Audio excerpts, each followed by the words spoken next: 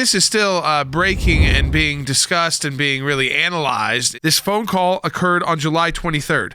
This was between the President of the United States and President Ghani of Afghanistan. What we learn here is that this president, President Biden, was asking another president to lie to the world, to change the narrative. He was asking the president of Afghanistan to do that. This is Joe Biden. I need to tell you, the perception around the world and in parts of Afghanistan, I believe, is that things are not going well in terms of the fight against the Taliban, and there is a need, whether it's true or not, there is a need to project a different picture. When you say that, you're asking someone to lie. What was needed in reality, Jordan, in that moment, what was a quelling of the Taliban capacity to inflict harm on Americans and our allies in the region. That was desperately needed from the commander-in-chief. Look, there's a lot of time for political perception. The time for that is after the emergency takes place. In the moment, you need a commander-in-chief focused on the reality on the ground, the capacity of the enemy. President Biden was always lying because he knew that the Afghan government was collapsing and collapsing rapidly. So instead of taking real action to protect Americans, he decided to cave and basically leave between 200 and 500 American people behind, even after he pledged that he would not leave any American behind. So if you look at President Biden's misbehavior in this particular case, it either represents raw stupidity or it represents intentional misconduct.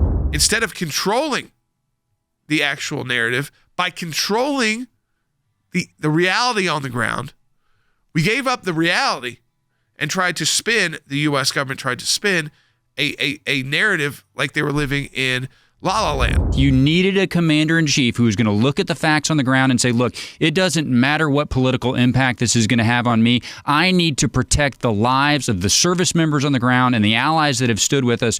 Jordan, this transcript is really damning on that front. He did not do that. Now, it even involves the Joint Chiefs of Staff, General Mark Milley. Another transcript between his phone call and the phone call with the former Afghan president, President Ghani. This is from the Joint Chiefs of Staff chairman. Do you think his focus in the right place? Let me just read it entirely. The perception in the United States, in Europe, and the media sort of thing is a narrative of Taliban momentum and a narrative of Taliban victory. And we need to collectively demonstrate and try to turn that perception and that narrative around. Well, they failed there because what it appeared to be is a Taliban victory in Afghanistan. What kind of talk is that? What kind of leadership is that? Instead of worrying about the fact that the country is about to collapse and you've got Americans in there and American supporters who have been with you for all these years and who need to get out, your concern is how the media is going to look at you, and you're telling the president of another country, get into motion something that is going to change the perception. Totally irresponsible, totally outrageous. So you have the top general in the United States asking a foreign president to lie to his people in Afghanistan and to the world, which would include Americans, instead of focusing in on what's best for America and what's best for our troops and what's best for our allies and our Afghan allies. I mean, these are confirmed transcripts. So you've got the President of the United States saying, again, whether it's true or not, we need everybody to think this. And you got the,